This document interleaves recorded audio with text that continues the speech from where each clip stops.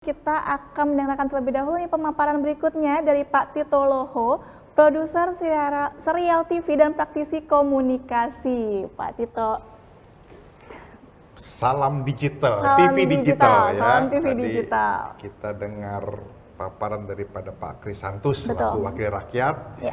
kemudian selaku pemerintah, dalam hal ini regulator Ya. Pak Nur Sodik tadi, saya melihatnya dengan penuh bahagia ya. Apalagi Iya. ini kan masih nggak jauh-jauh dari HUT Dirgahayu RI ke-77 Betul. ya. Jadi tagline-nya kan pulih lebih cepat, Ya. bangkit lebih kuat. Ditambah lagi melalui adanya siaran TV digital. Ini jadi semacam hadiah ulang tahunnya betul, Indonesia luar ya biasa, Pak.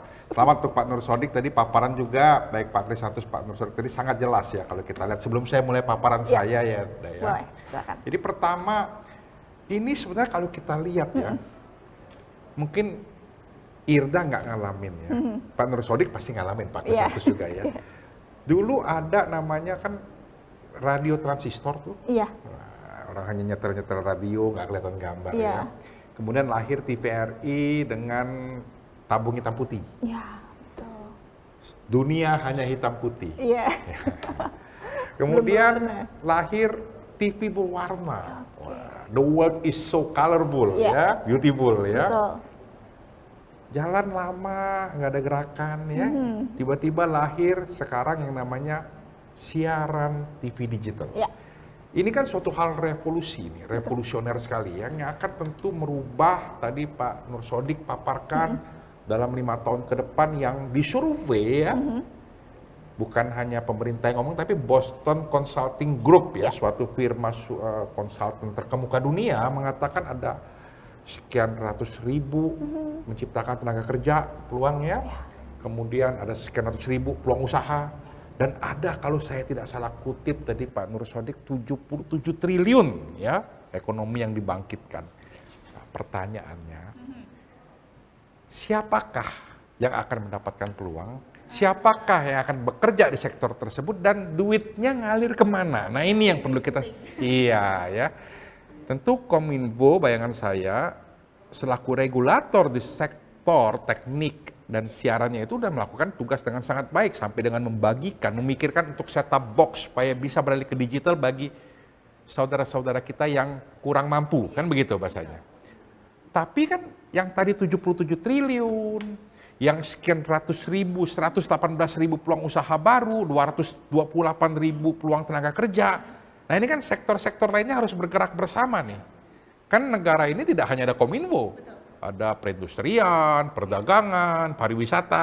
Nah ini paparan saya ingin membangkitkan imajinasi bagaimana meraih 77 triliun tadi oleh termasuk rekan-rekan kita yang menyaksikan via YouTube ataupun menyaksikan dari Zoom, kan begitu, nanti kita bisa diskusi jawab ya. Silakan boleh di-share. Nah ini, memacu pertumbuhan ekonomi. Nah, pas temanya ya.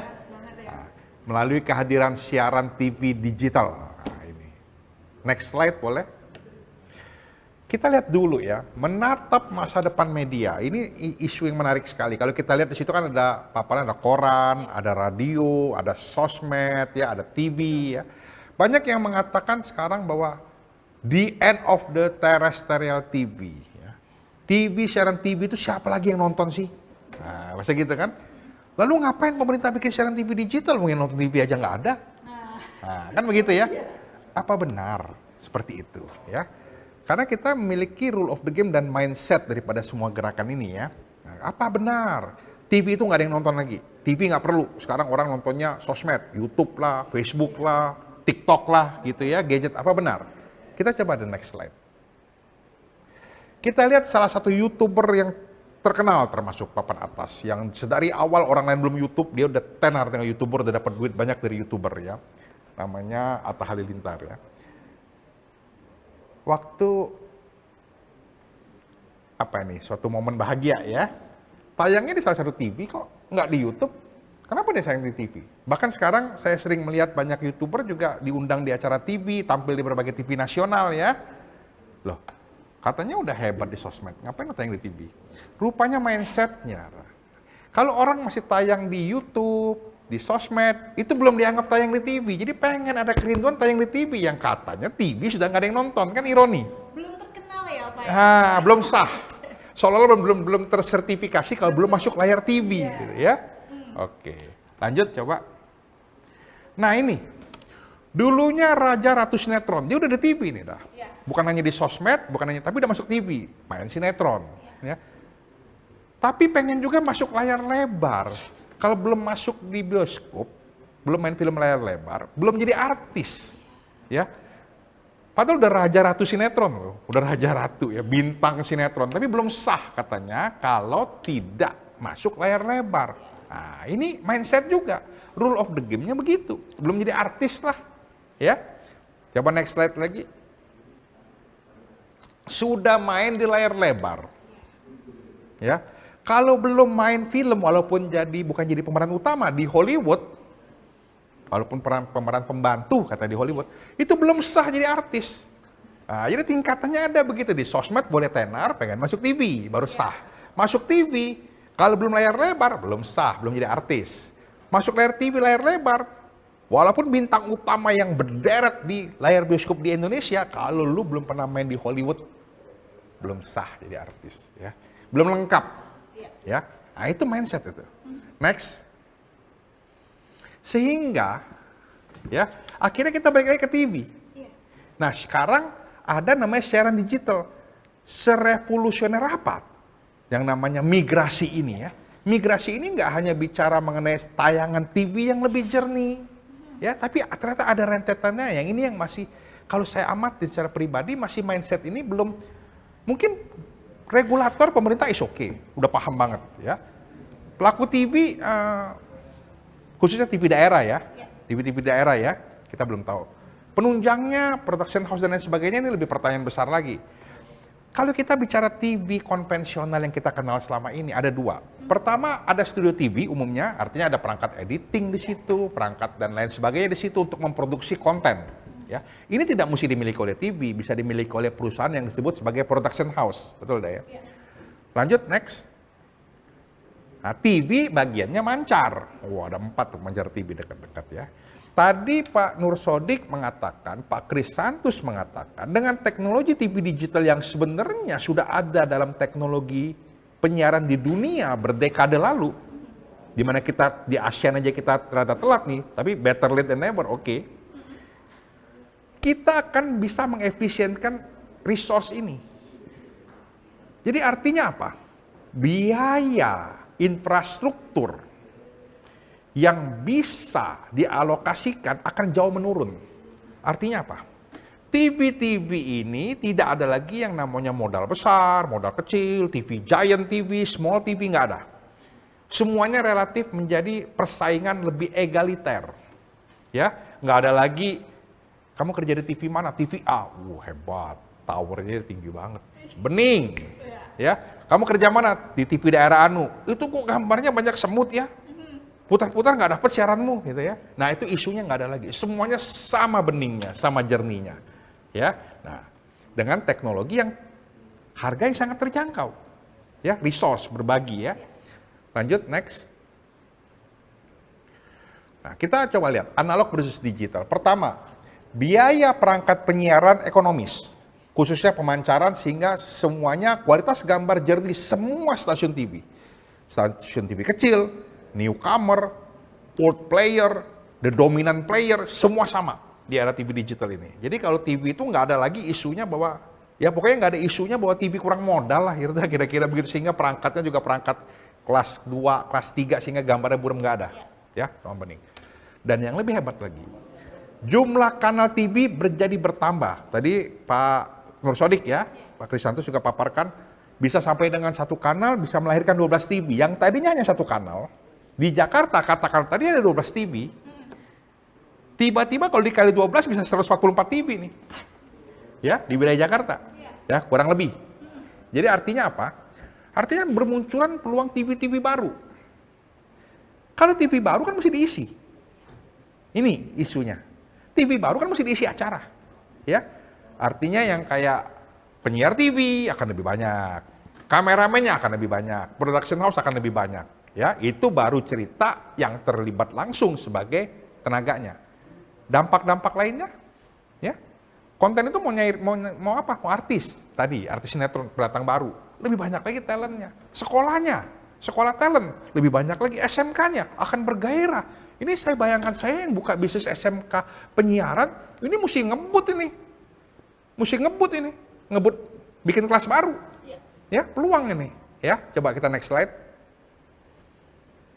Nah, sehingga kalau kita lihat dari sini aja dari alat, orang, talent, lampu, dan lain sebagainya, peluang ekonomi era siaran digital TV. Ya, lanjut, next.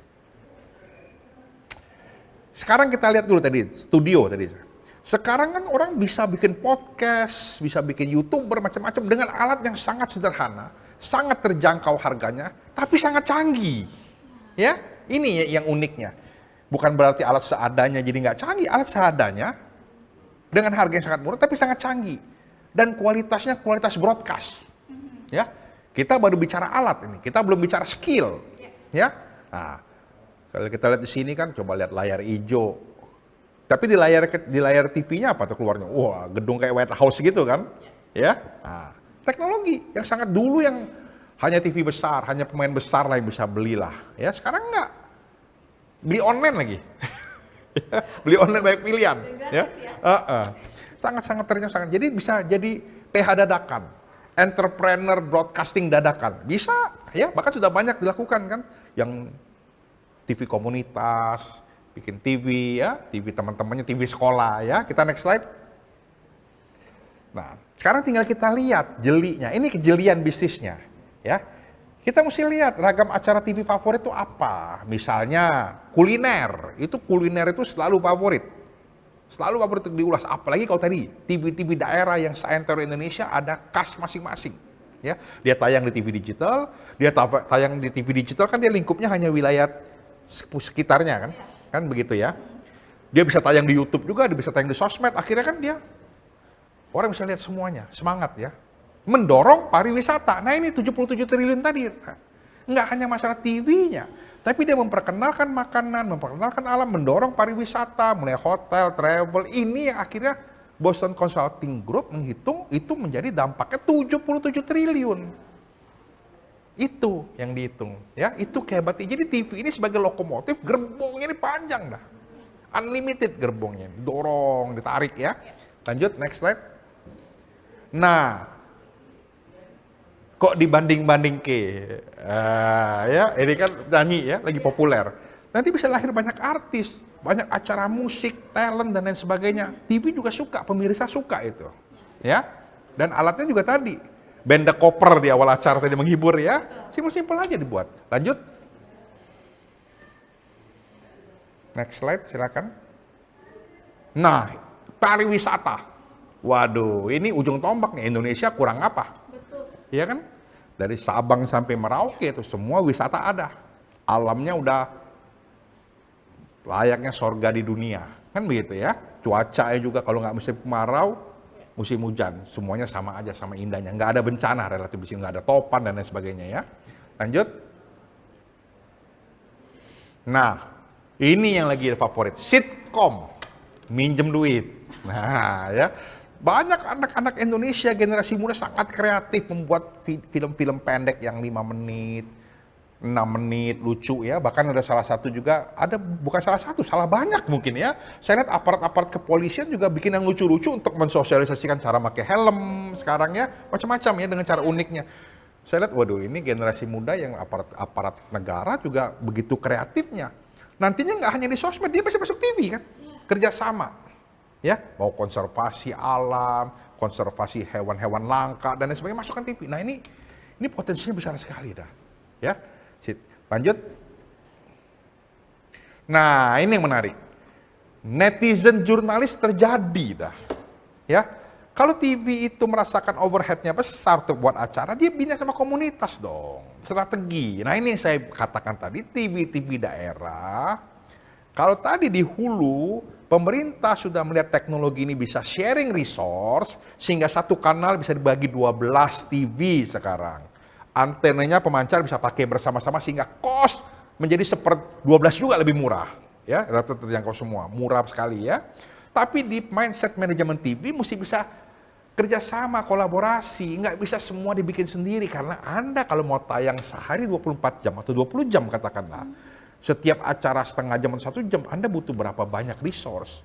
Kalau Anda nggak kuat, ya Anda kolaborasi dong, bagi hasil, kontrak kerjasama. Nah ini yang perlu dipikirkan, egonya dong jangan terlalu besar. Ya, setiap daerah sekarang ada netizen, jurnalis, ajak, ini kan kerja bakti, jadi satu hal yang menarik, humanis kan, kasihlah tayang kerja bakti di mana, gitu. Libatkan pemerintah daerah ya, berbagai instansi dinas, kan ada dinas sosial, ada dinas kominfo, ada dinas perindustrian, itu banyak isu-isu yang bisa diangkat gitu. Nah, cuman membosankan. Nah, untuk tidak bosan maka diperlukan tadi kreativitas sumber daya manusia ya, makanya dilibatkan sekolah, pengajar dan lain sebagainya ya. Lanjut. Nah ini, TV kampus, udah banyak juga kampus yang punya TV dan kita kampus itu kita juga menyebar se Indonesia, ajak bicara. Ya, mari ini ada era baru nih, ada TV-TV baru, TV-TV yang perlu good talent. Ya, next. Nah ini saya sendiri, saya kalau syuting itu kadang-kadang bawa cuma satu kru. Ya, satu kru. Jadinya kayak apa sih kan kira-kira gitu ya. Nah, saya punya serial tayangan ya, How to Make the Things, itu masuk keluar pabrik, mengulas berbagai proyek ya, fokusnya pada proyek pertambangan, migas ya, pabrik pesawat, tambang batu bara, nikel di laut, offshore dan lain sebagainya ya. Saya bawa kru 1 atau 2. Orang mungkin bertanya, apa bisa bikin 1 atau 2 kru aja cukup gitu ya. Oke, next. Nah ini tayangan saya tadi ya, macam-macam ya. Bahkan seperti tayang di berbagai TV daerah juga ya. Saya melakukan hal ini sejak tahun 2007 lah, 2008 ya. Mungkin kalau total-total termasuk talk show dan lain sebagainya, saya sudah melahirkan hampir 300 episode. Wow. Ya, hampir semua Indonesia itu. Nah kembali lagi saya mau mengatakan, bagi tenaga-tenaga insan yang tertarik dan kreativitas tadi ya, orang tuanya mungkin sekolahkan anaknya, Indonesia itu luar biasa. Mau bikin cerita apa tadi, kuliner, sitkom, pariwisata, industri, termasuk yang saya angkat ini kan dokumentasi industri. Semuanya ada di Indonesia. Sejarah, religi, angkat apa aja bisa. Jadi ini betul-betul sektor sangat menarik. Tapi pertanyaannya tadi, bagaimana sih memulainya? Apakah cukup 1 kamera? Nah kita lihat berikutnya. Ya, adakah masih slide-nya? Nah ini, ya sebelum nanti saya putar video saya ada video satu lah. Nah, untuk ini ya. Nah, pertama, biasa orang selalu nanya kan, investor pendana acara. Karena biar bagaimanapun ketika meliput butuh dana. Ya, untuk gerak, adalah dananya. Dana kecil, dana besar, industri kreatif tidak terbatas. Yang di Hollywood itu bisa satu film $100 juta. Tapi kalau kita katakan 1 juta, bisa juga 1 juta rupiah. Betul. Ya, itu industri kreatif kan. Dia mengadakan kreativitas kita. Nah, ini juga nanti muncul yang namanya investor-investor yang merasa bahwa sekarang kok kayaknya gua kalau taruh duit untuk bikin acara TV ini menguntungkan ya. Nah, ini mesti muncul dah. Kalau kita nonton film di luar negeri yang namanya title executive director, itu adalah seseorang yang tidak terlibat langsung tapi dia yang nyariin duitnya, dia yang ngambil untungnya. Maaf, executive producer. Kan ada produser, dia produser. Tapi ada namanya executive producer. Apa dia ikut? Dia yang nyariin duitnya untuk memodalin. Oke. Itu namanya executive producer. Ya. Nah, jadi akan muncul mindset orang-orang berduit yang bahkan kalau kita lihat sebulan lalu lah, OJK BI ngeluarin rilis kan bahwa produk kreatif bisa dijadikan agunan ke perbankan. Tapi itu kan masih perlu ada penerjemahan detail, aturan yang lebih rigid ya. Tapi artinya apa? Akan muncul nih, ini cocok sekali, bahwa ada investor perdana untuk kreativitas, apalagi terkait dengan siaran TV digital.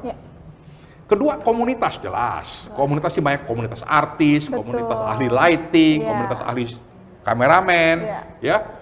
Backdrop, wardrobe, kan kalau seragam, make up MUA, make up artis. Nah, ya kira-kira ya. Oke. Lalu kolaborasi. Nah, ini penting. Semuanya hanya bisa terjadi kalau kita berkolaborasi. Kalau mau win-win, aku mau iklannya aja lah. Ya nggak bisa, jangan bicara iklan dulu, kita bicara proses kreativitas, kolaborasinya bagaimana ya. Baru akhirnya iklannya nanti dapat. Pemerintah. Nah, ini pemerintah ada pemerintah pusat, pemerintah daerah.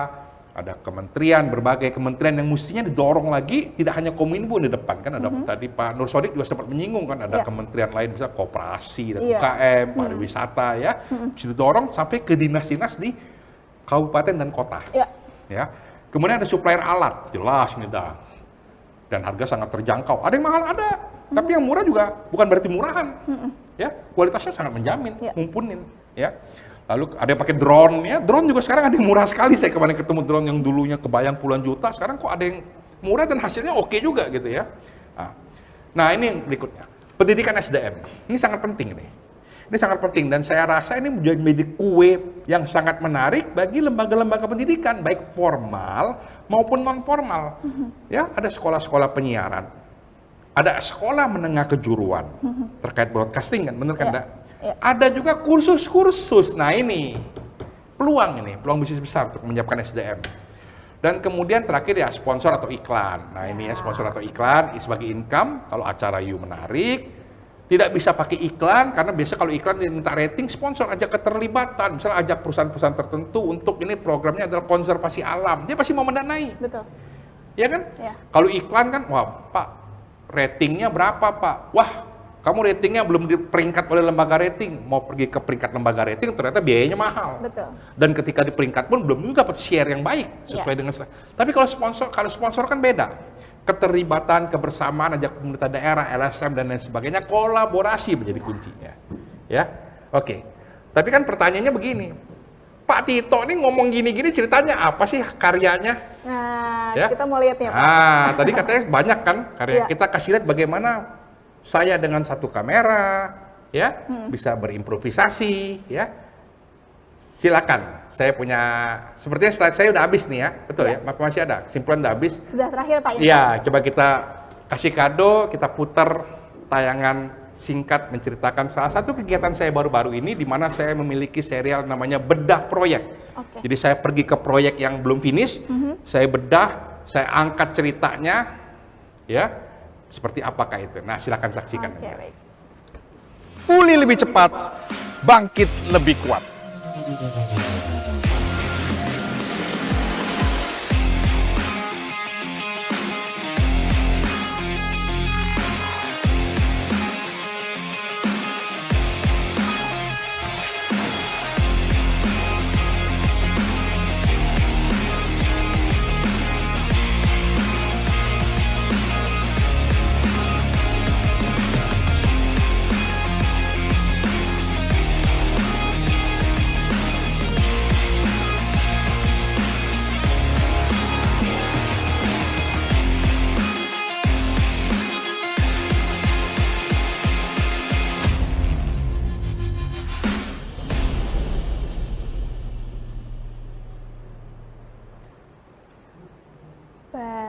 Itu tadi hanya dengan satu kameramen ya Pak ya? Iya. Cuma dengan satu kameramen sudah bisa bikin program semenarik itu gitu. Berarti benar nggak perlu banyak tenaga, nggak perlu banyak kru ya? Yang penting kreativitas ya. Jadi kita bermain itu modal mindset, kita kreativitas, itu yang paling penting. Oke, ini bisa buka peluang juga nih mungkin kalau teman-teman semuanya ya dipingin bikin sebuah program, pingin bikin sebuah acara di YouTube. Kalau dulu kepikiran ada yang cuma sendirian nih atau kita cuma berdua, ternyata berdua pun bisa ya Pak ya. Malah saya mikirnya gini ya, kita bisa membantu Pak Nur Sodik nih. Betul. Ya, membantu Pak Nur Sodik untuk mensosialisasikan supaya tadi 77 triliun tadi terwujud. Betul. Kita bisa keliling daerah, kita melakukan pelatihan, pengajaran, sosialisasi ya. Betul. Sehingga akhirnya tadi ratusan ribu, 118.000 peluang ya, 228.000 tenaga kerja terserap dan 77 triliun rupiah ekonomi yang dihasilkan daripada siaran TV digital ini bisa terwujud. Betul, baik. Terima kasih Pak Tito atas pemaparannya.